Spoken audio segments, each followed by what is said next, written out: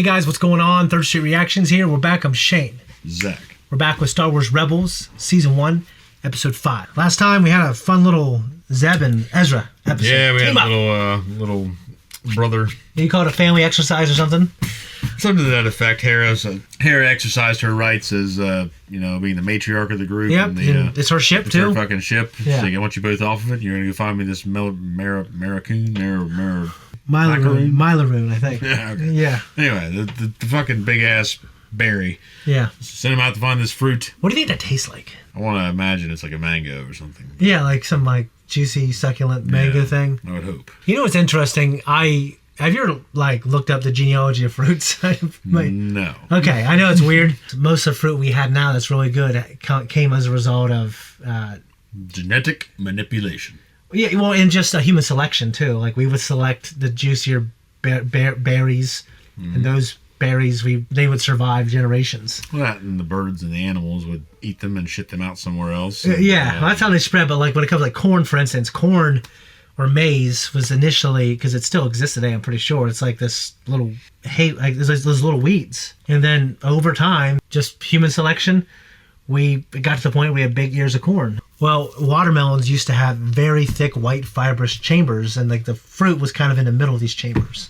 But through selection, we got to the point where we got rid of it. And that was just a few hundred years ago. And there were paintings in England of these people standing around, and the watermelon was cut in half, and you can tell by looking at it. It looks really different. Wild strawberries are actually sweeter because as we've modified strawberries to select for size, quantity, they have lost some of their sweetness. Anyways, not the conversation for a kids show. No, but so every time I see fruit like that, it just makes me curious. Anyways, guys, if you want to support us, you like stuff like this, check out our Patreon to support us for full-length uncut reactions and 4-week early access. Let's jump in. Steroids. Enough jokes. Focus. Concentrate. I'm trying. Do or do not. There is no try. There you go. What does that even mean? Actually, that one always confused me too, but Master Yoda sure used to say it a lot. So we knew Yoda. Obviously, we know Yoda. But... Yeah. Use the Force. He's annoying, but there will always be distractions. Here, let's try something else. Careful. You dipshit. Control on the side that adjusts the length to your height. Filoni also probably was we're gonna put that in there. It was in the guides, but we never saw anyone use it. Ahsoka does. Yeah. Let him have it, Chopper. They look like 2% milk. Yeah, let's say it's. That is hilarious. Precise. That looks like it'd knock your ass out. No, you're not focusing. Knock him out, his ass off the fucking thing. I'd be freaking the hell out. What the?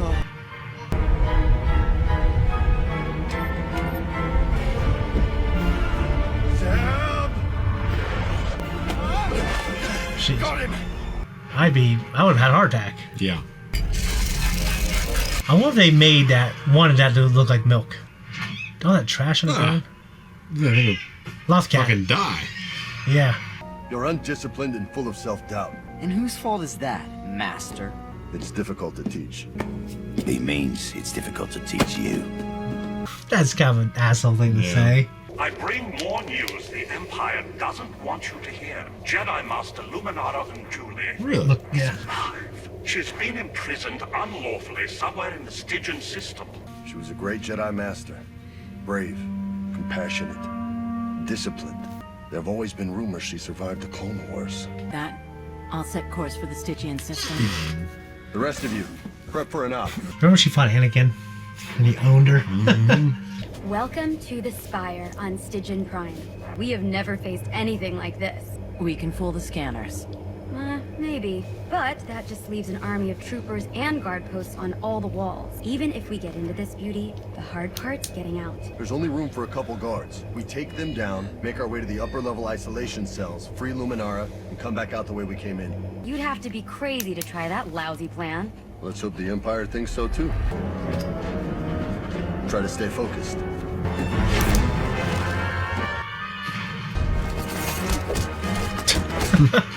Nice and quiet like. What just happened? You were supposed to exit with Zeb. You're lucky every stormtrooper in the prison doesn't know we're here.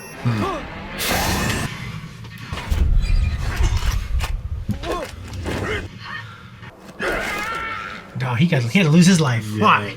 We'll try to stay focused and follow the plan instead. We need the kid to unlock the door. I got it. I think it'd be really awkward to sit there like that. Yeah, it would be. You're welcome. Ow! You did your job. You want a medal? It's like Tyrion. Yeah. Presence, but it's clouded. But in light of like what the king was doing, I think Tyrion deserved a congratulations. Oh, His plan gets worse all the time. Just hope he doesn't change it again. I am standing right here. Okay, you're not a TIE fighter. These assholes. Like that deer earlier, they hit that. That ostrich? I can't believe that. That's fucking great, wasn't it? Very impressive. Shouldn't you be guarding the Jedi cell? You better get moving. We better get moving. Master?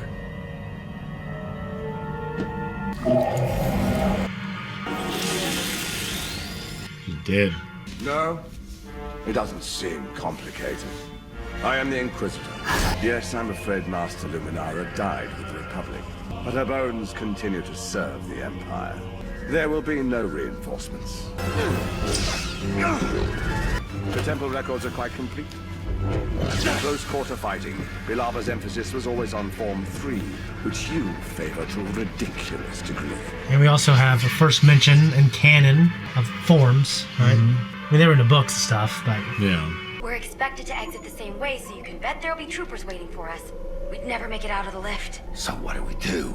Huh? Time for a miracle.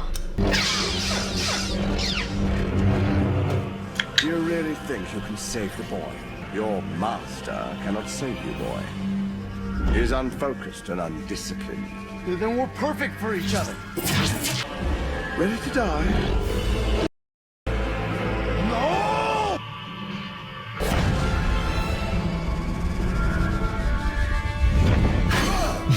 How embarrassing that would be as a Force user. it will be. But Guys, this way!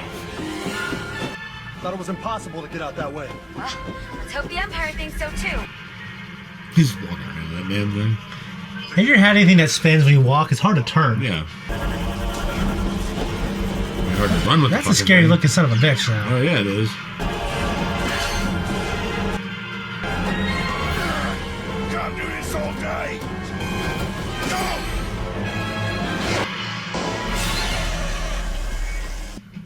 They're still coming through. Ugh! I'm locked out of the system! Ezra? It was like a cartoon. Sorry. Even though it is, Cartoon. even though it is a cartoon.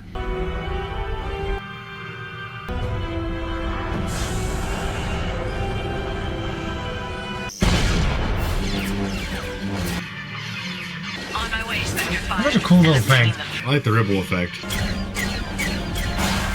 That'd be devastating. Just blowing up all your ships.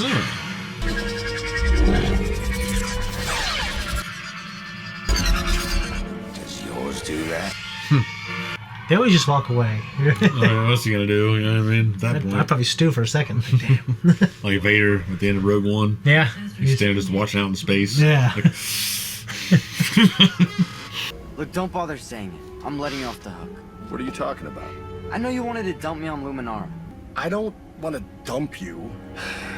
Look, I just wanted you to have the best teacher. Well, I don't want the best teacher. I want you. I'm not gonna try to teach you anymore. If all I do is try, that means I don't truly believe I can succeed. So from now on, I will teach you. I understand, Master. Let's see if you do. What'd you think, man? I like it. Yeah, That was really cool. It was really cool intrigue. I don't get how they're making her little ghost pop out of the thing. And well, I mean, there is that type of technology, but the way it kind of disappeared and was almost like some Force ability. Lingering presence. There's some lingering presence, and yeah. maybe the dark side of the Force was allowing that to manifest. Yeah, it reminds me of the biomorts in Metal Gear Solid. They have Solidus in 1 at the end of what's in part of 4. Remember, you think you're getting Big Boss's remains? Oh, yeah. But they're actually Solidus's. Yeah. It's in that fucking like weird ass like vacuum sealed. Yeah, it's like a skeleton. Piece of shit. It was disgusting. Yeah.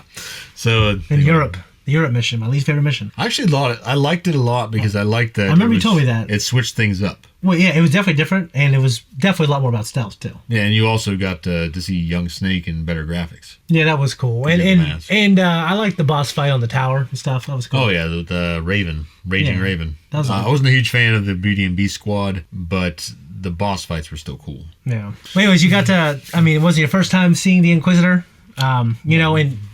Jason Isaacs is always great, though. He's always great. We talked a lot about the Kenobi series. I like that series, but I do agree with Zach that great disservice. That was a disservice to the character. Once you get to know him here, you realize how cool he is. Travesty. To the series. So you're just going off Jason Isaacs' name, but he actually is a cool character. Well, I'm just looking at this episode too. The how he appeared when he was talking to them. Yeah, he looks so much more menacing. Yeah, he looks like a fucking alien. In the Kenobi series, he just looks like a fucking twat. He looks like a guy. Yeah, he's just some asshole. You know what I mean? He's like this. Yeah, I enjoy that character, but he's not this character. No, he's not. Yeah, at all. So the Inquisitors, you could take someone that is moderately force sensitive, train them up with the dark side to boost their moderate skills.